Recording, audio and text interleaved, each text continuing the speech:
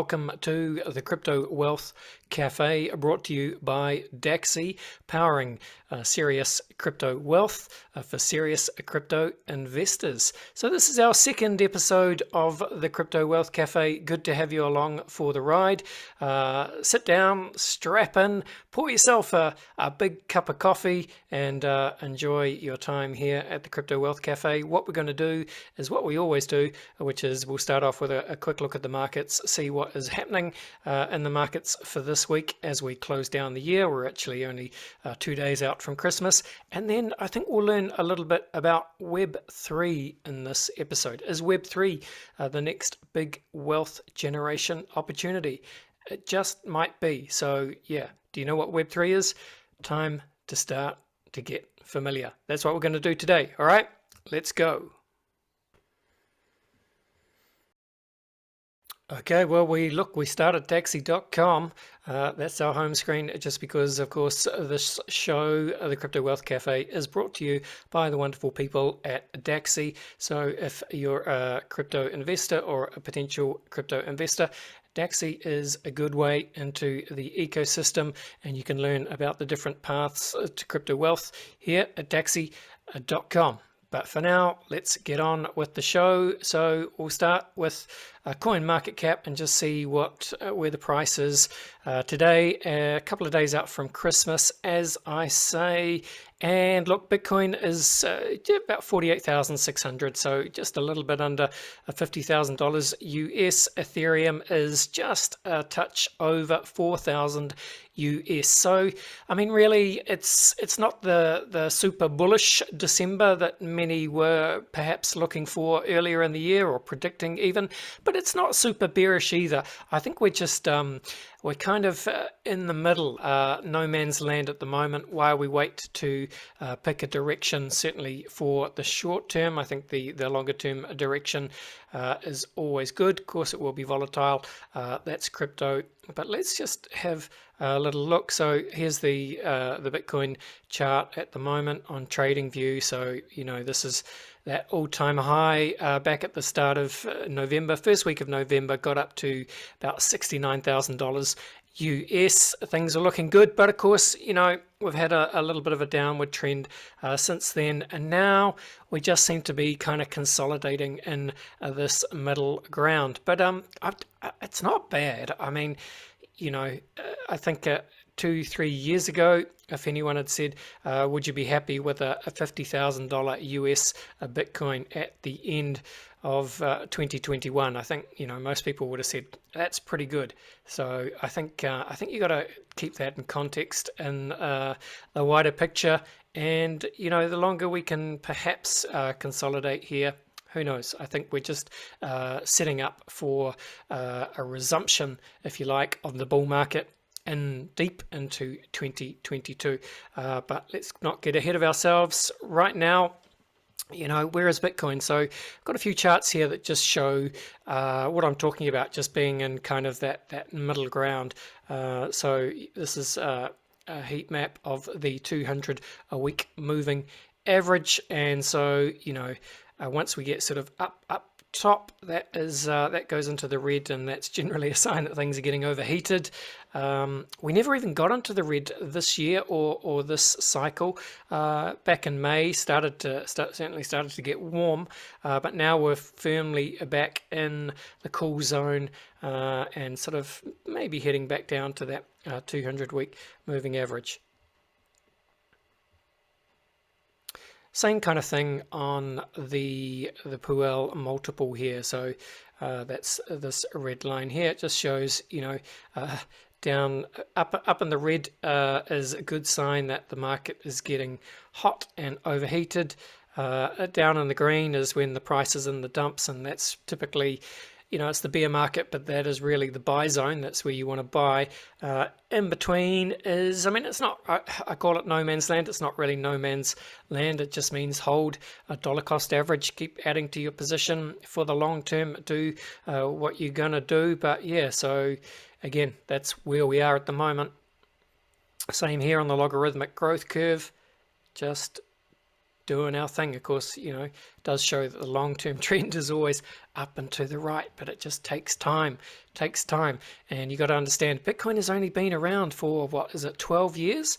And, Bitcoin has done astronomical things in those 12 short years in terms of the global adoption, the millions and millions and millions of people starting to use and hold Bitcoin. So I think in that 12-year period a lot has happened. Doesn't matter if we have a little bit of a cooling off or consolidation period now. That's good for the long run. Last one we'll look at, stock to flow. I'm sure you're familiar with the stock to flow model. Yeah, I mean, it's a little bit controversial. In theory, I think people were hoping or looking, even Plan B, author of the model, he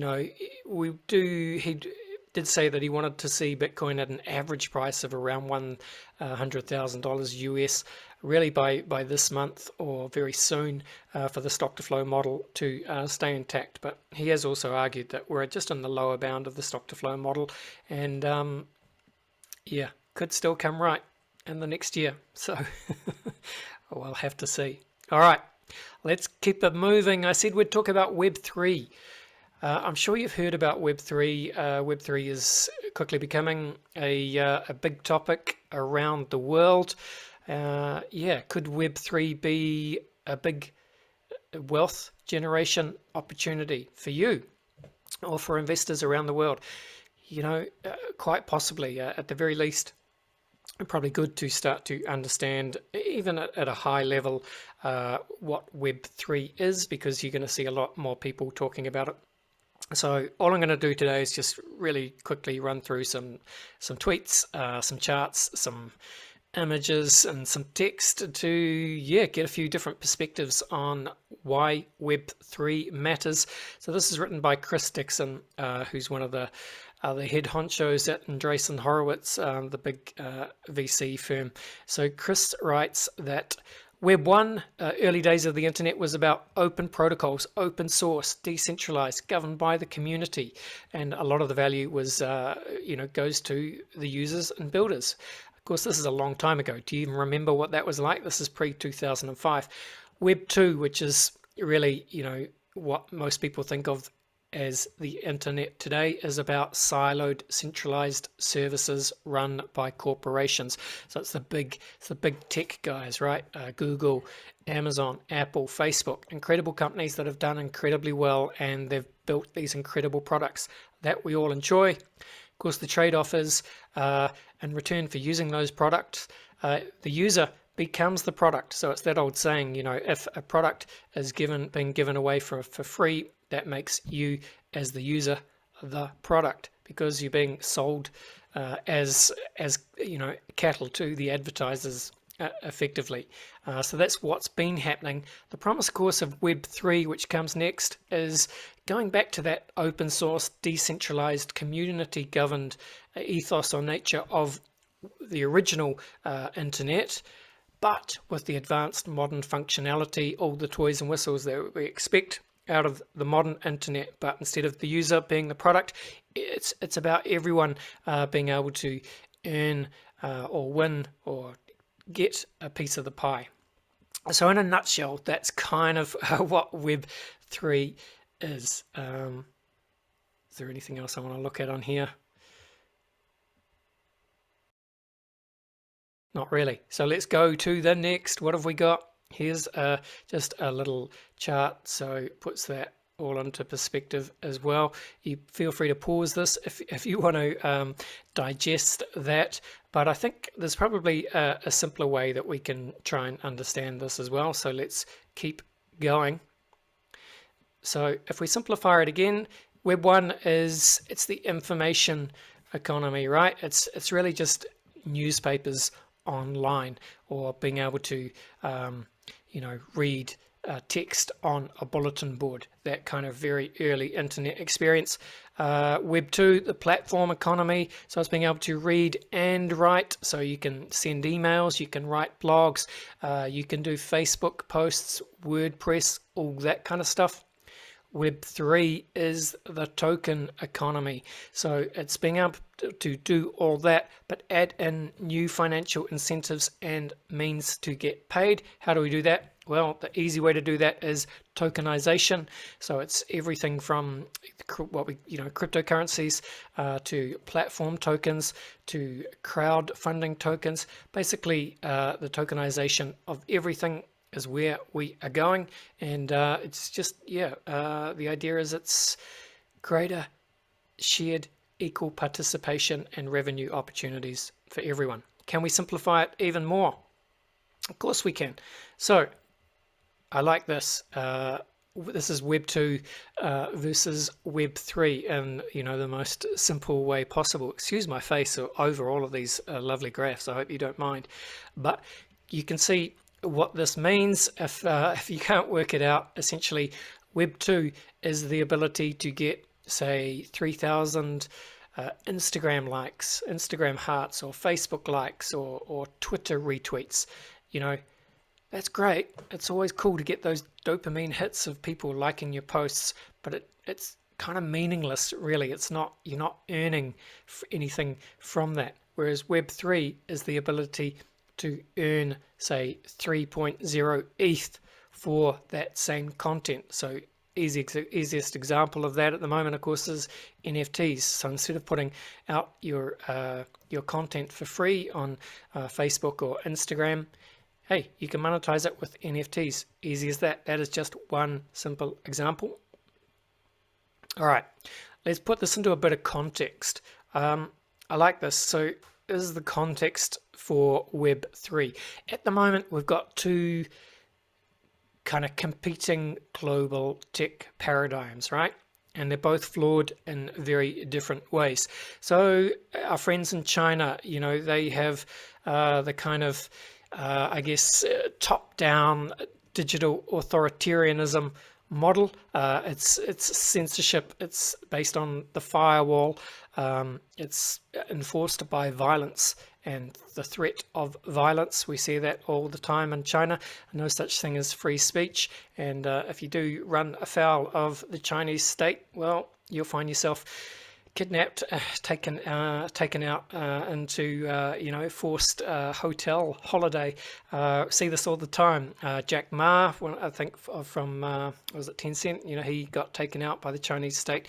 The tennis player, I forget her name, but you would have seen that. She got taken out by the Chinese state. It's just two big examples. Happens all the time. So obviously that's not that's not what we want. No one wants to live under a system like that. So, I mean, luckily here in the West we don't. So we have what we can refer to as the big tech system. So it's, Amazon, Facebook, Google. It's fine. It's not as bad as China.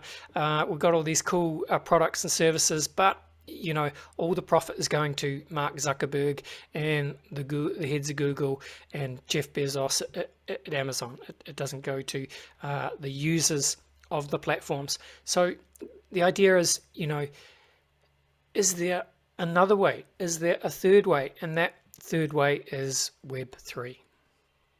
All right, let's again put it into context. What's happening in the world at the moment is because of these, the two kind of competing tech paradigms that we were talking about on the previous slide, and things like pandemic and perhaps the loss of trust in institutions such as the kind of the legacy media and legacy financial system. There's just people are less inclined to trust the old way of doing things. So that's what this chart shows. So basically it's showing that people see governments as both not very competent and not very ethical, which is kind of it doesn't really say great things about our great global democracies, but yeah, it is very much the case. People they don't trust the government, and the governments, many of them, especially in the pandemic as one example, have proven themselves to be not very competent and perhaps not very trustworthy. Media, much the same. Media, just not that competent. and certainly not always ethical. Non-government organizations are a little bit more ethical. Still, they're a little bit more competent, but not great. Same with business. Business is a little bit more competent, but certainly still unethical. Point is, no one is seen as being both competent and ethical, and I guess, at the heart of that is that's just human behavior, human nature. Humans are a little bit flawed. So I know this is a little bit esoteric, guys, but I guess what I'm saying is, this is another argument for Web3, and kind of, if we can program blockchains to have, if we can program the right token incentives in them, that is fair for all participants, again, that is where the opportunity is for Web3. All right, let's go to our old friend Google Trends. You can see just the rise in search interest for Web3 just this year. So, December last year, not much happening for Web3, not much happening for most of this year, but just in the last month or two, yeah, it is ramped up. Now, put this into context though. If we compare Web3 search interest with Metaverse, so Web3 is the blue, Metaverse is the red, then Metaverse is huge. I mean, obviously the simple explanation for that is Facebook rebranding to Meta way back about here.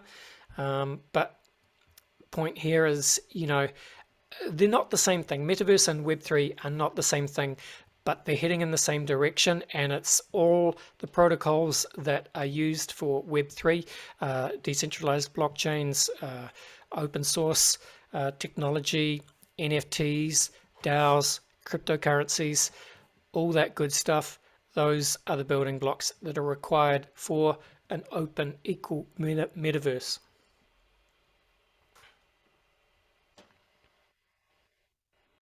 Now, if we zoom out again, look, let's just put it into even wider context.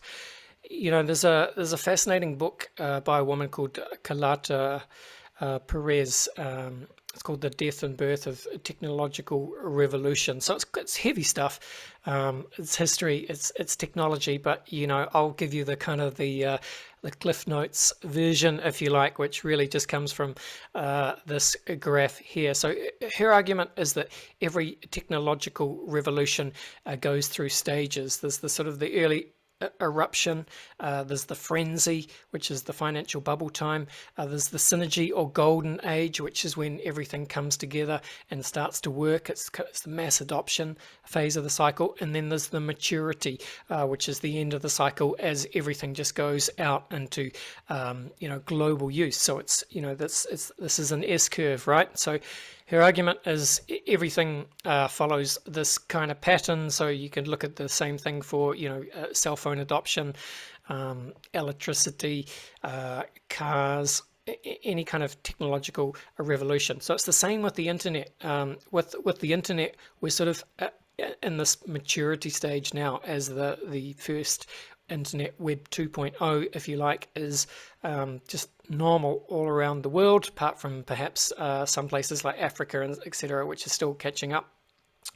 But what Carlota Perez, she says that what tends to happen with these revolutions is, at the same time as one revolution is maturing, the next one is already beginning. So the argument is that is what is happening with blockchain, with crypto, with Web 3, Web 3.0, whatever you want to call it. Let's say Web 3. So right now we're in this kind of beginning eruption stage of Web 3 and blockchains, and we're about to enter this kind of frenzy as we cross the chasm, and all that early adoption starts to happen, and then we're just going to travel up the S curve.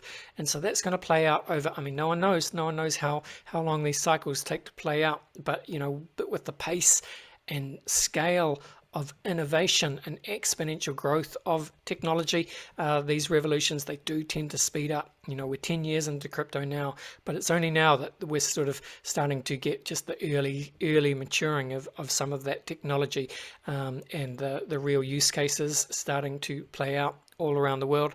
So I guess what we're saying is, buckle up. strap in. Web3 is going to be a thing, one way or another. Blockchain and crypto are going to be part of it, and there are potentially some real wealth generation opportunities available for smart investors who keep an eye on what is happening.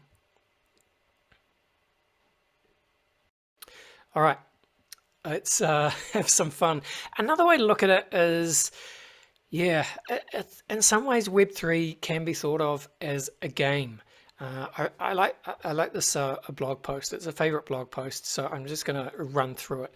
So what the guy that wrote this, Packy McCormack is his name, what he's saying is you can think of the internet as a game, and he calls it the great online game. So what he means is, for anyone prepared to invest the time in using the internet, all the tools and capabilities that you need to kind of make a name for yourself, make a reputation, and make an income for yourself are out on the internet, available to anyone. And I think this is particularly true, of course, of the younger generation. But so I'm not going to go through this right now. You can look it up if you're interested.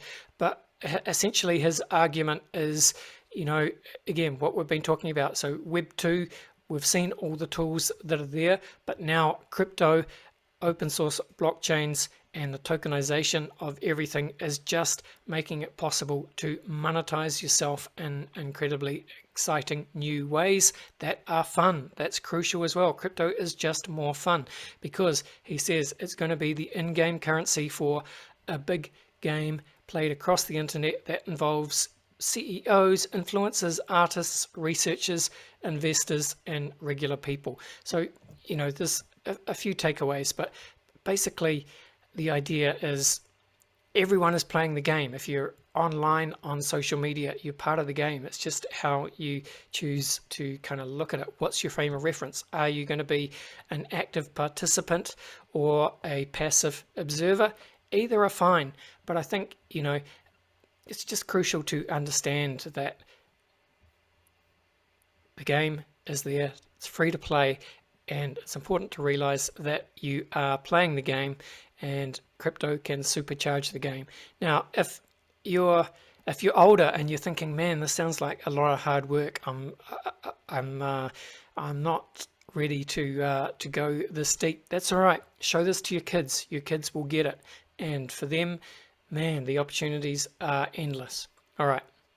So I just think it's a nice framing. I really do recommend this post, but as I say, I'm not going to go through it all now, but man, if you want to read it for yourself, just Google The Great Online Game by Packy McCormack and show it to your kids. That's a life hack there. You can get all, and go to college if you must, but I guarantee you, if you read and digest this blog post, your average 13, 14, 15-year-old smart kid who spends all their time online as it is, incredible wisdom in here for them. All right, moving on. And look, if your kid is wants to be a developer or something like that, or you're watching this and you're a you're a technical person yourself, then go here, web3.university. It's a fantastic resource. It's just an easy way to get the kind of an introduction into all the building blocks of what is needed for Web3: smart contracts, Ethereum, Solana, NFTs, all the different cryptocurrencies, all that stuff, just in a really easy to learn format. It's all here if you have any interest in the kind of the tech side of things. All right, and the metaverse. If you want to talk about, if you want to learn more about the metaverse, I recommend Matthew Ball. He's an author. He wrote, this is an incredible collection of essays on the metaverse. I could do a full episode of the Crypto Wealth Cafe just on these essays alone, so I'm not even going to look at one, but essential reading to understand the metaverse and where it's going. And of course, as I say, Web3, when we talk about Web3 tools are the building blocks for the essential metaverse. All right. start to finish off, guys, with a couple of tweets. So I thought this was interesting. You know, this is in the context of a big story in the New York Times, but the quote is, "Crypto's allure has been so irresistible. Some of the biggest tech companies, those big Web 2 companies, you know, at Google, they are very concerned about how they're going to keep their employees, hold on to their talent, because they're all moving into crypto, simply because crypto is where the opportunity is. Web3 is what is exciting them. And so, you know, if you're a smart person at Google, yeah, you're going to be tempted to move into crypto. So yeah, that's what we're saying here. Tech executives and engineers are quitting Google, Facebook, and Amazon for what they say is a once-in-a-generation opportunity with crypto. And look, you know, in tech there's a saying, follow the talent, right? Follow the smart money. Look at what the smart people are doing and try and do that. So, you know, point being, if the smart people from Google, Amazon, and Facebook, if they're moving into crypto, it must be something there, right? Even still, really. This is the article in New York Times. You can read it if you're interested. All right. Is there a counter argument to all this good stuff that we're talking about Web3? Kind of. So Jack Dorsey, I like Jack. Jack Dorsey is the founder of Twitter, the founder of Square. He's a Bitcoin guy. Excuse me. And he said today, you don't own Web3. The VCs own Web3.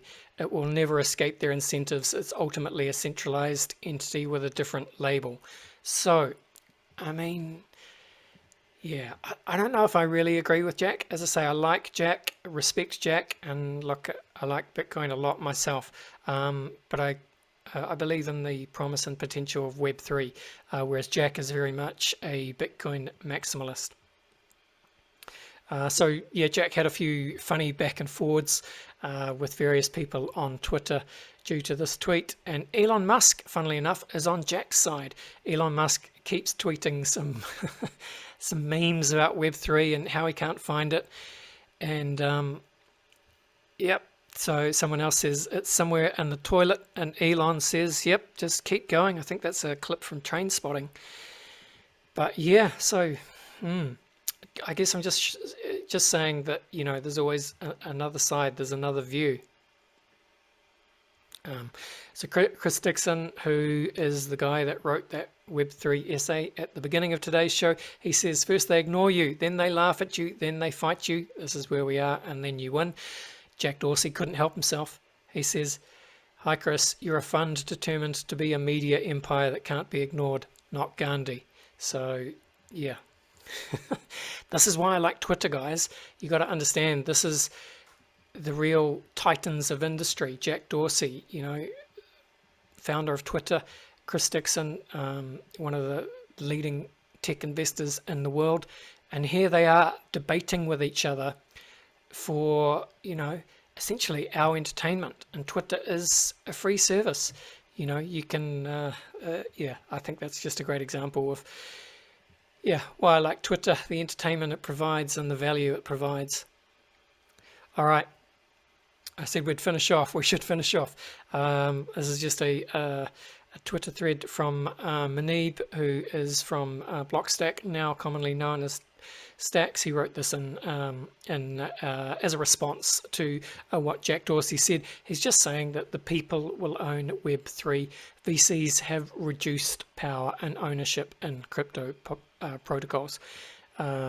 So founders, VCs, and employees primarily owned Web2 companies. So it means the general public don't get the upside, as we've discussed. Web3 protocols, as discussed, are different. Web3 founders do understand the power of community, says Manip. And really, you know, the takeaway is, in summary, Web3 drastically reduces the power and ownership of VCs. Venture capital still has a role because it is needed to fund those early stage risky ideas and reward all those people who take on risk, with the end result, Web3 is a net win for internet users. More power to the people. All right.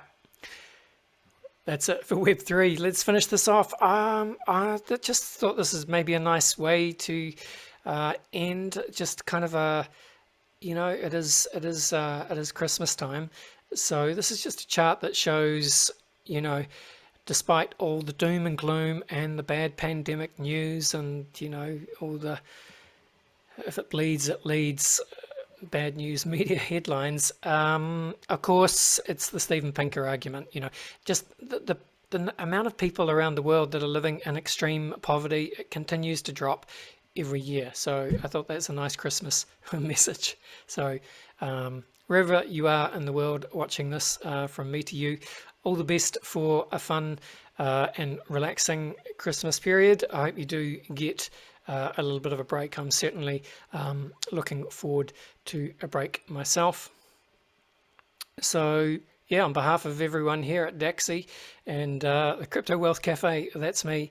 Yeah, we'll see you in the new year. I think the people at Daxi, they also want you to know that the Daxi chain is coming in 2022.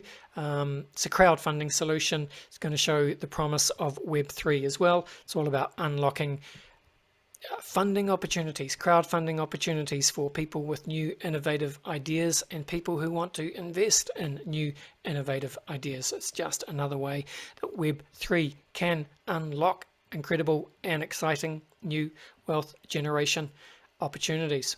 All right. That's us. Yes. Thank you very much for listening, everyone. My name is Andy, and this was episode 2 of the Crypto Wealth Cafe. We'll see you back here early in 2022. All the best and Happy New Year.